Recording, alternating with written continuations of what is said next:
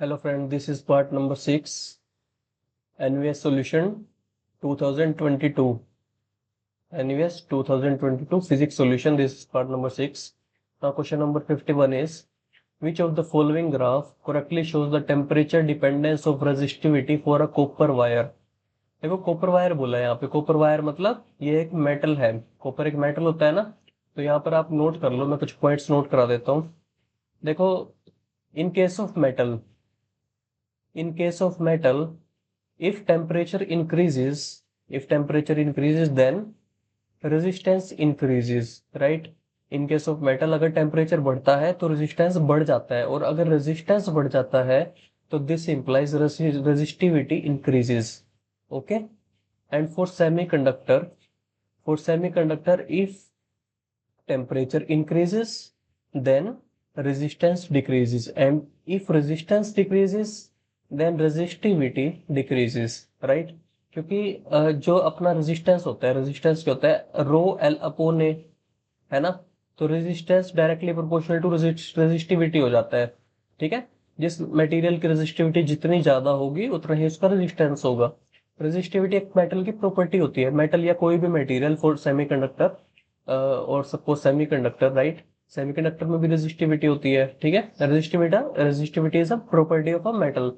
तो यहाँ पर देखते हैं कि किसके साथ रेजिस्टिविटी बढ़ रही है अगर टेम्परेचर बढ़ाने पे। ठीक है। तो देखो, टेम्परेचर इंक्रीज हो रहा है और रेजिस्टिविटी बढ़नी चाहिए। देखो, अब रेजिस्टिविटी यहाँ भी इंक्रीज हो रही है। ठीक है। रेजिस्टिविटी यहाँ भी इंक्रीज हो रही है। देखो, यहाँ कांस्टेंट है, ये नहीं होगा। यहाँ डिक्रीज हो रही है। ये डिक्रीज वाला केस तो कौन सा हो गया, ये हो गया सेमीकंडक्टर का केस।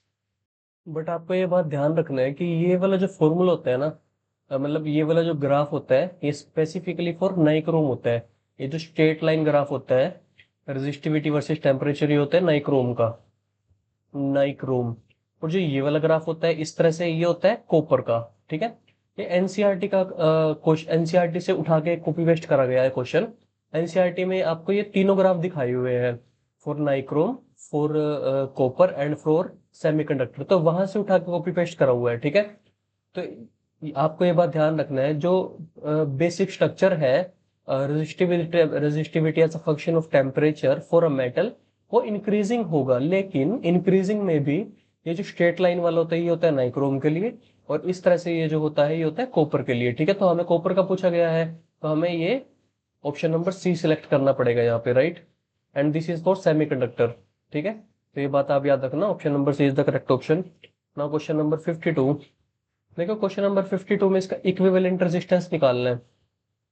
देखो, अब यहाँ देखो, अब 1 और 2 ये दोनों सीरीज में है, और सीरीज में रेजिस्टेंस ऐड हो जाता है। ठीक है।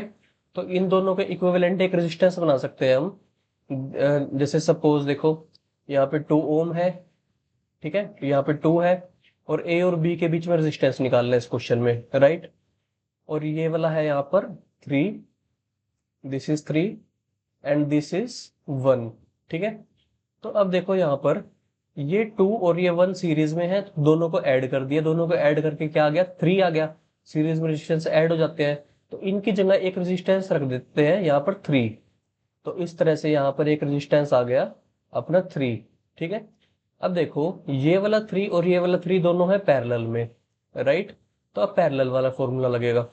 तो रेजिस्टेंस पैरेलल में क्या होता है, इस तरह से लगा देते हैं, 3 × 3 अपॉन 3 + 3। तो ये आ जाएगा अपना 9/6। ठीक है। तो यहाँ से कितना आ जाएगा अपना 1/1.5। ठीक है। 1.5 आ जाएगा इक्विवेलेंट। अब क्या करना है आपने, इन दोनों की जगह अब 1.5 रख देना है। ठीक है। तो अब देखो, 2 एज इट इज था नीचे, ये वाला 2 एज इट इज है, this is 2 and this is 1। ठीक है। This point is A and this is B. ठीक है। अब इन दोनों की जगह अपना आ गया 1.5। अब यहां पर आ गया अपना इस तरह से 1.5, राइट। इस और इस पॉइंट के बीच में निकाला है ना, तो देखो यहां से लेके यहां तक 1.5 रख दिया। अब देखो, ये 1.5 और ये 1, ये दोनों सीरीज में है। सीरीज में क्यों है, क्योंकि देखो दोनों से एक ही करंट फ्लो करेगा। अगर यहाँ से कोई करंट आ रहा है तो ऐसे मुड़ के यहाँ से इससे एक ही करंट फ्लो करेगा। ठीक है। जब भी सेम करंट फ्लो करता है तब सीरीज में हो जाते हैं। लेकिन सपोज यहाँ से कोई करंट गया तो इस तरह से आया, और यहाँ से तो अलग अलग डिस्ट्रीब्यूट हो जाता है ना, तो इसलिए ये वाला 3 और 3 पैरेलल में थे। ठीक है, जब भी डिफरेंट करंट होता है दो वायर्स में तब वो पैरेलल में होते हैं, जब सेम करंट होता है तो सीरीज में होते हैं। Now this 1.5 and 1 is in series, so equivalent is 1.5 plus 1 is 2.5, right? So we can replace it by 2.5, right? This is 2 and 1.5 and 1 is 2.5, तो 2.5 रख देंगे अब यहाँ पे, तो अपना इक्विवेलेंट आ गया 2.5। अब देखो ए और बी यहाँ पर है, दोनों के बीच में रेजिस्टेंस निकालना है, तो अब ये 2.5 और 2 पैरेलल में है, तो पैरेलल वाला फॉर्मूला लगाओ। अब रेजिस्टेंस पैरेलल इज 2 इंटू में 2.5 अपॉन 2 प्लस 2.5, तो यहाँ से आपका आंसर क्या आ जाएगा? यहाँ से आपका आंसर आ जाएगा अप्रोक्सीमेटली इक्वल टू 1.1 कुछ आता है, लेकिन यहाँ पर सबसे क्लोज आंसर है अपना 1, तो इसको ऑप्शन नंबर सी को हम सिलेक्ट करेंगे, राइट? देखो ये वाला फॉर्मूला कहाँ से लिख रहे हैं, ये वाला फॉर्मूला रेजिस्टेंस इन पैरेलल क्या होता है? रेजिस्टेंस इन पैरेलल का reciprocal is 1/R1 plus 1/R2, तो यहाँ से निकाला है हमने, रेसिप्रोकल लेके एलसीएम लेके ये वाला फॉर्मूला आ जाएगा। ठीक है, नाउ क्वेश्चन नंबर 3। देखो, in an electrical circuit a resistor is connected with a variable power source. Okay, resistor is connected मतलब एक रजिस्टर को कनेक्ट कर दिया वेरिएबल पावर सोर्स से। Suppose this is a resistor and इसको connect किया एक बैटरी से, battery is a power source, right? But it is variable, तो the current through the resistor is set to a minimum value. Okay, which of the following diagram correctly shows the variation of current with voltage through the resistor? अब देखो, ये V voltage है, ये resistance R है, current I flow कर रहा है, तो वेरिएशन ऑफ ये बताना है हमें current with voltage through the register. ठीक है, देखो बेसिकली क्या है, हमें V वर्सेस I का ग्राफ बताना है, क्या होगा V वर्सेस I का। ठीक है, तो आप सबको पता है ओम्स लॉ क्या कहता है, ओम्स लॉ कहता है V is equal to I R. This implies V directly proportional to I, तो डायरेक्टली प्रोपोर्शनल टू कहाँ पे है? यहाँ पर है, resistance is constant, right? Resistance is constant तो स्लोप कांस्टेंट रहेगा, तो अपना ये वाला ग्राफ आ जाएगा। ठीक है, तो option number C is the correct option. Now question number 54। A pieces of aluminium and germanium are placed at room temperature. These are now cooled. Their resistance be changed. देखो, एल्यूमिनियम क्या है? Aluminium, और एक है germanium. Aluminium है अपना metal, germanium is semiconductor, दोनों को कूल किया जा रहा है। एल्यूमिनियम का टेम्परेचर डिक्रीज किया जा रहा है, जर्मेनियम का भी डिक्रीज किया जा रहा है। एल्यूमिनियम मेटल है, मेटल का टेम्परेचर बढ़ाने पे रेजिस्टेंस बढ़ता है, तो टेम्परेचर घटाने पर रेजिस्टेंस घटेगा, रेजिस्टेंस घटेगा, राइट? और यहाँ पर सेमीकंडक्टर का टेम्परेचर बढ़ाने पर रेजिस्टेंस कम होता है, तो टेम्परेचर घटाने पर रेजिस्टेंस बढ़ जाएगा। ठीक है, ये आपको बात अभी समझाई है कुछ क्वेश्चंस पहले, तो यहाँ पर चेक कर लो बस कौन सा ऑप्शन करेक्ट है। एल्यूमिनियम का होगा डिक्रीज एंड जर्मेनियम का increase, option number C is the correct option. देखो बिल्कुल ही थ्योरी बेस्ड क्वेश्चंस है, ठीक है। Now question number 55, which of the following is a diamagnetic material. देखो ये है एक मेमोरी बेस्ड क्वेश्चन। देखो वैसे मैं आपको बता देता हूँ, मैग्नेटिक मटेरियल अपने मेनली तीन प्रकार के होते हैं। एक तो डायमैग्नेटिक, एक होता है पैरामैग्नेटिक, और एक होता है अपना फेरोमैग्नेटिक। ठीक है, अपने तीन प्रकार के मटेरियल है। तो डायमैग्नेटिक वो होता है जिसमें सम मैग्नेटाइजेशन रह जाती है, कुछ मैग्नेटाइजेशन रह जाएगी इसमें, जब इसको मैग्नेटिक फील्ड इंटेंसिटी में प्लेस करेंगे। पैरा में कोई भी मैग्नेटाइजेशन नहीं रहती। फेरो हाईली मैग्नेटाइज्ड हो जाता है। ठीक है, हाईली मैग्नेटाइजेशन होती है इसके अंदर, यानी कि हाई मैग्नेटाइजेशन। ठीक है, हाई मैग्नेटाइजेशन। तो अपना जो डायमैग्नेटिक में मटेरियल फॉल करते हैं, पैरा में करते हैं और फेरो में करते हैं, ये आपको थोड़ा सा लर्न करना पड़ेगा, ये मेमोरी बेस्ड क्वेश्चन है। तो डाया में मैं लिखवा देता हूँ यहाँ पे बिस्मथ। ठीक है, bismuth, copper, PB is lead, N2 is nitrogen gas at standard room temperature पर, STP standard temperature pressure conditions पर। ठीक है, hydro H2O is water, NaCl। ठीक है, NaCl सोडियम क्लोराइड। तो देखो इसमें लेड का पूछा गया है, तो अपना आंसर नंबर बी हो जाएगा, डायमैग्नेटिक। ठीक है, पैरा के भी लिख लो, aluminium, sodium, calcium and oxygen gas at STP।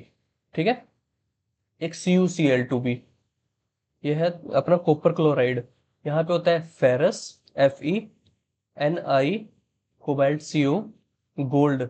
ठीक है, गोल्ड एयू बोलते हैं इसको, Oram, right.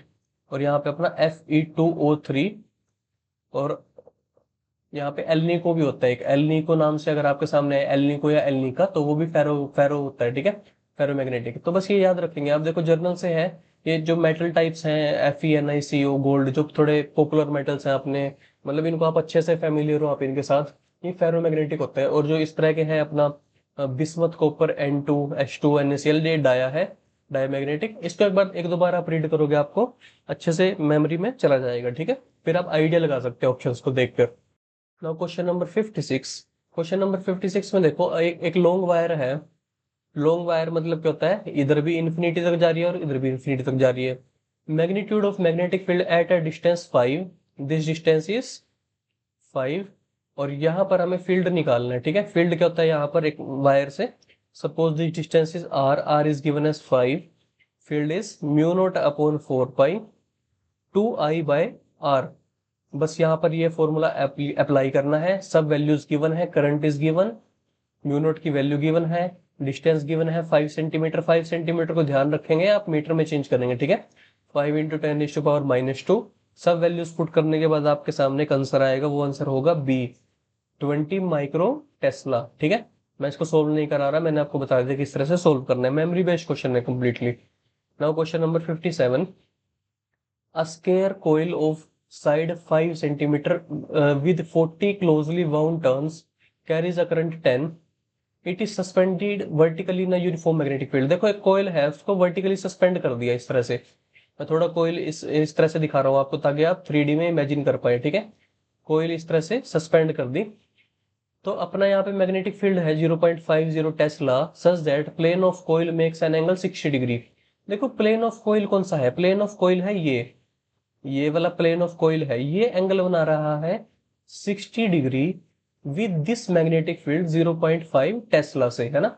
Suppose magnetic field is like this, suppose magnetic field इस तरह से है यहाँ पर, इसको थोड़ा सा इस तरह से बनाते हैं, ठीक है। Suppose this is magnetic field, तो अपना जो ये वाला एंगल है, ये है अपना 60 डिग्री, ठीक है।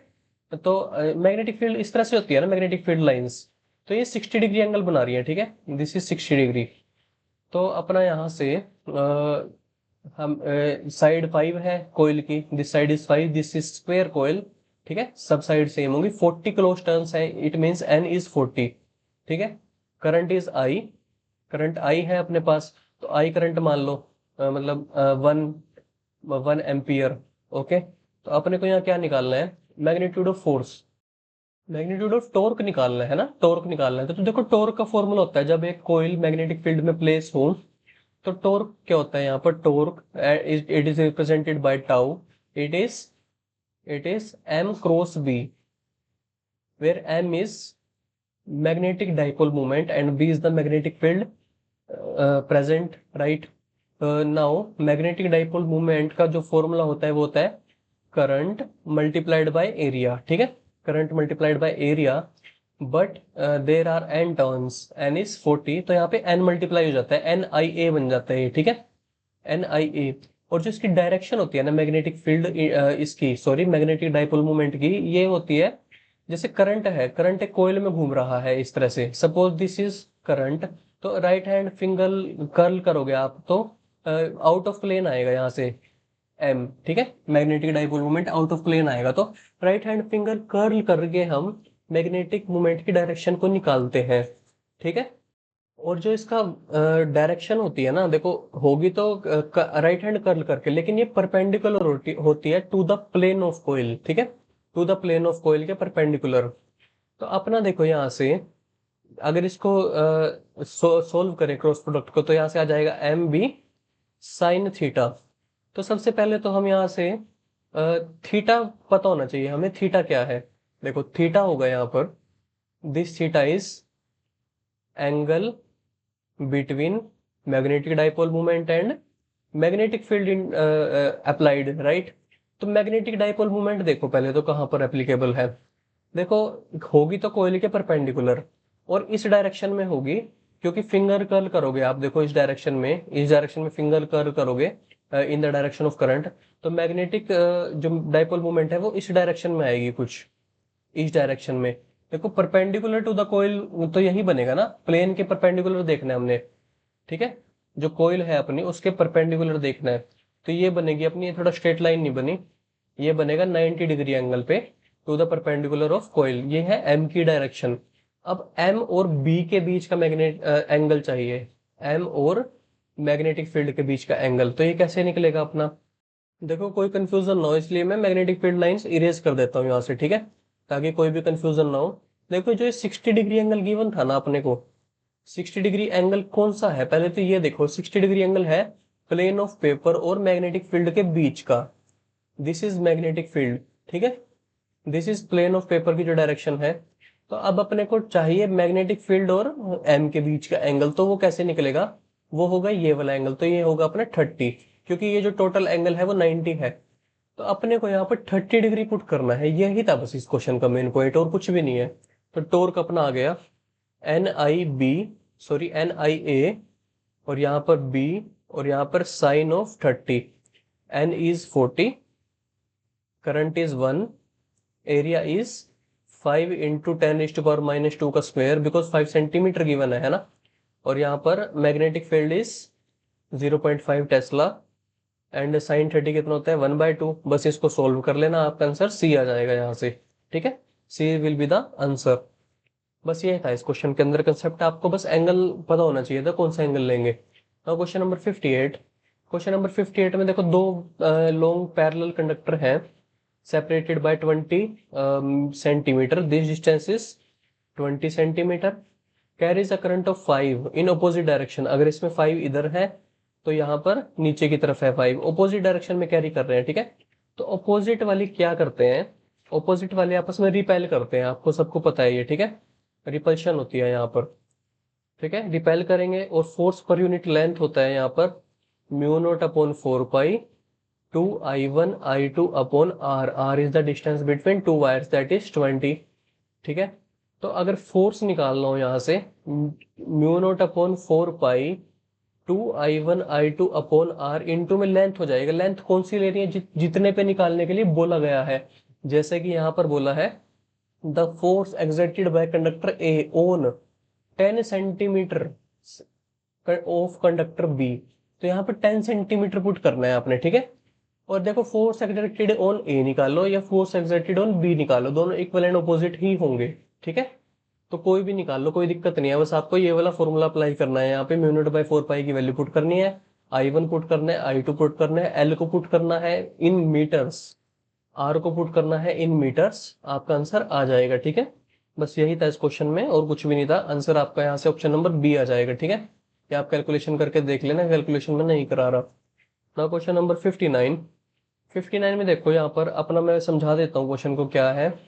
देखो अपने पास ये एक्स एक्सिस है, this is x axis, right, और यहाँ पर दिस इज सपोज करो वाई एक्सिस, वाई एक्सिस पर एक पॉइंट है यहाँ पर, इस पॉइंट का कोऑर्डिनेट है 0 8, ठीक है, इस पॉइंट का कोऑर्डिनेट 0 8 है, ये कोऑर्डिनेट है अपना 0 0, ओरिजिन होता है ये अपने को पता है, राइट। तो देखो a 0.8 centimeter straight segment of wire lying along x-axis centered at origin carries a current of 2 ampere along x-axis। ये बना लेते हैं एक बार, एक वायर है जो 0.8 सेंटीमीटर की है, जिसका सेंटर है ओरिजिन पर, इस तरह से अपनी ये वायर है, ठीक है, इस तरह से ये है अपनी वायर, ये 0.8 सेंटीमीटर लॉन्ग है, ठीक है। तो यहाँ पर ये वाला है 0.4 और ये भी है यहाँ पर 0.4, टोटल 0.8 होगी ना। और carries current along x x direction 2 ampere, तो इस वाली डायरेक्शन में करंट जा रहा है अपना 2 एम्पियर, राइट। तो देखो यहाँ पर एक पॉइंट है अपना, ये 0 8 पर ये वाला पॉइंट, यहाँ पर अपने को निकालना है मैग्नेटिक फील्ड, ठीक है, मैग्नेटिक फील्ड निकालना है। तो देखो मैग्नेटिक फील्ड का फॉर्मूला क्या होता है, एक वायर है अगर इस तरह से, और यहाँ पर फील्ड निकालना है, और ये इसको इस तरह से ज्वाइन करा दे, अगर अगर ये एंगल है φ1, ये एंगल है φ2, राइट। तो इस डायरेक्शन में सपोज करो करंट फ्लो कर रहा है, तो फील्ड इस पॉइंट पर कितना निकलता है μ0/4 पाई, और यहाँ पे आएगा अपना I/r, और यहाँ पे आता है साइन φ1 प्लस साइन फाई 2 ये आता है। अब हमें साइन फाई 1 और साइन फाई 2 चाहिए, तो पहले तो दोनों एंड वायर के इस पॉइंट से कनेक्ट करो, ठीक है। इस पॉइंट से कनेक्ट हो गए, तो फाई 1 फाई 2 एंगल कौन सा बनेगा अपना, ये बनेगा फाई 1 और फाई 2 एंगल। देखो सिमेट्रिक केस है तो फाई 1 और फाई 2 दोनों इक्वल होंगे, ठीक है। तो यहाँ पे फाई मान के चलते हैं और साइन फाई निकाल लेते हैं। तो साइन फाई क्या होगा, perpendicular, perpendicular for this phi is this side is 0.4, hypotenuse is this, hypotenuse आपका निकल जाएगा पाइथागोरस थ्योरम लगा के, दिस डिस्टेंस इज 8 एंड अपने को बेस पता है, परपेंडिकुलर पता है 0.4, तो ये डिस्टेंस आपका अप्रोक्सीमेटली यहाँ से 8 आ जाएगा, आप पाइथागोरस थ्योरम लगाएंगे, ठीक है। तो यहाँ से साइन फाई निकाल लेंगे, 0.4 अपॉन 8 आ जाएगा, राइट। तो फील्ड कितना निकलेगा वहां पर, magnetic field mu naught upon 4 पाई, आई कितना गिवन है, आई है अपना यहाँ पर 2 है, I upon R, R is 0.8 centimetre, तो अपना नीचे आएगा 8 इंटू 10⁻⁻², ठीक है, आई अपॉन आर। और sine phi 1 plus sine phi 2, तो दोनों सेम है, तो यहाँ पे 2 टाइम्स साइन फाई कर देंगे, ठीक है। तो यहाँ पे 0.4 अपॉन 8, बस आपने अब इसको सोल्व करना और कुछ भी नहीं करना है यहाँ पे, ठीक है। बस यही, इसको सोल्व करने के बाद अपना आ जाएगा यहाँ से, जब आप इसको कैलकुलेशन करेंगे तो यहाँ से 0.25 माइक्रो टेस्ला आ जाएगा, राइट। 0.25। अब देखो डायरेक्शन पता लगानी है, डायरेक्शन कैसे निकालेंगे। देखो डायरेक्शन के लिए सिंपली क्या करना होता है, करंट की डायरेक्शन में थंब रखना होता है, यहाँ पे इस डायरेक्शन में थंब रखो, राइट हैंड फिंगर को कर्ल करो, तो यहाँ पे आउट ऑफ पेज आती है और यहाँ पे इनसाइड पेज आती है। तो यहाँ पर आउट ऑफ पेज आएगी, यानी कि इस डायरेक्शन में के कैप में, ठीक है। अगर ये आई है, ये जे है, तो आउट ऑफ पेज क्या होगी, के कैप होगी, तो अपना 0.5 माइक्रो टेस्ला के कैप आ जाएगा, आंसर नंबर बी। तो बस इस तरह से आपको इसका सोल्यूशन करना है और कुछ भी नहीं करना है, इसमें काफी सिंपल क्वेश्चन है ना। क्वेश्चन नंबर 60, क्वेश्चन नंबर 60 में देखो अपना वोल्टेज सोर्स है एक, applied across a pure capacitor, ठीक है, प्योर कैपेसिटर के अक्रॉस अप्लाई किया है, तो हमें करंट बताना है कैपेसिटर में कि किस तरह से रिलेशन होगा ये बताना है। तो देखो अपने पास यहाँ पर this, suppose this is a pure capacitor and this is voltage source, ठीक है। तो देखो इसमें आप ये बात ध्यान रखो कि प्योर कैपेसिटर के केस में जो करंट होता है, current current lead by pi by 2 radian, ठीक है, पाई बाय 2 रेडियन से लीड करता है, ठीक है, ये वोल्टेज को। तो सपोज अगर एक ग्राफ बनाया जाए, इस तरह से ग्राफ बनाया जाए, अगर अगर वोल्टेज सोर्स दिखानी हो हमें, वोल्टेज सोर्स किस तरह से दिखाएंगे, साइन ओमेगा टी का ग्राफ बनेगा, ठीक है, this is sine omega T.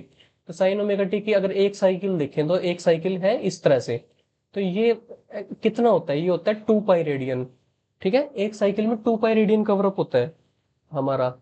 तो यहाँ से अगर पाई बाय 2 रेडियन से लीड कराना हो करंट को, तो करंट कहाँ से शुरू होगा, यानी कि पाई बाय 2 आगे से शुरू होगा।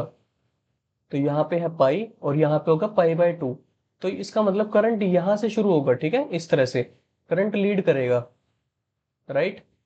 इस तरह से यहाँ पे अपना इस तरह से साइकिल चलेगी। तो देखो ये है लीड्स द वोल्टेज, देखो करेगा तो लीड, ये तो हमें पता है, by 1/4 of a cycle, by 1/2 of a cycle. तो हमें ये बताना है कि ये कितना है, एक साइकिल का कितना हिस्सा है, ये 1/4 है या हाफ है। देखो एक साइकिल है यहाँ से यहाँ तक पूरी, इस साइकिल का आधा हिस्सा हो गया ये, और आधे का भी आधा है ये, यानी कि 1/4 पार्ट है ये, है ना। यानी कि पहले हाफ कर दिया, हाफ तो देखो यहाँ तक आएगा ना, और ये 1/4 पार्ट हो गया, इसका मतलब 1/4 साइकिल से लीड करेगा। तो lead the voltage by 1/4 of a cycle. अगर आपसे एंगल पूछा होता तो एंगल पाई बाय 2 रेडियन से लीड करता, ठीक है। Option number B is the correct option अपना, ये इस तरह से हमने जज किया इस ऑप्शन को, ठीक है। बस आपको थोड़ा सा मेमोरी में ये रखना पड़ेगा यहाँ पर कि current lead by pi by 2 radian होता है एक कैपेसिटर के केस में, राइट। तो अपने 10 क्वेश्चंस कंप्लीट है इस पार्ट के, मिलते हैं नेक्स्ट पार्ट में, okay, thank you very much.